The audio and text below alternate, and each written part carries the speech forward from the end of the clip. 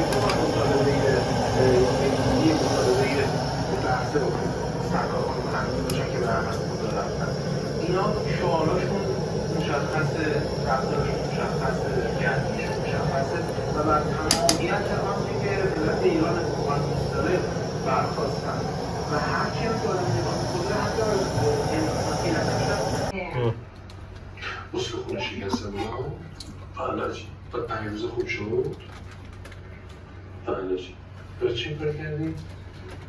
یک کم بوده تحضیل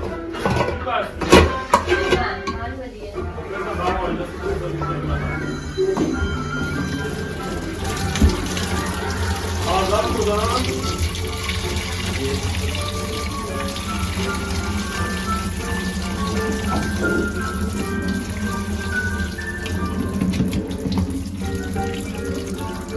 بیسکویت‌های چند دندگی ستاک علاوه بر تأمین انرژی منبع بی‌نظیری از ویتامین‌های گروه B هستند که در رشد و بهبود عملکرد مغز بسیار موثرند. با بیسکویت چند دندگی ستاک نابغه‌ات رو پرورش کنید.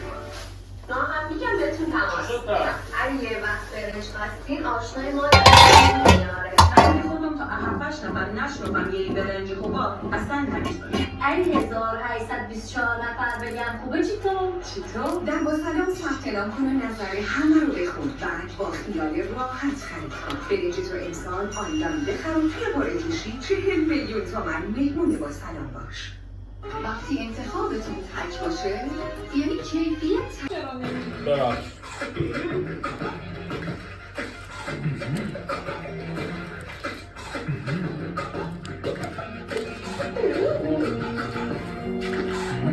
خوشمزه خواستنی شکلات میتره کپا واقعا حرف آخر بابا حرف آخر این همه رسوایی تکرارشون مراقبی واقعا نداره چرا که نه حتما داره انتشار درس آخر 20% منابع آموزشی خود را در مقاطع ابتدایی متوسطی اول دوم و کنکور به صورت رایگان شما تقدیم میکنند همین حالا مقطع تحصیلی خود را به 2 حساب شخصی زیادم خوب یادتون نره مقطع تحصیلی خود را به 2 حساب شخصی پیامک کنید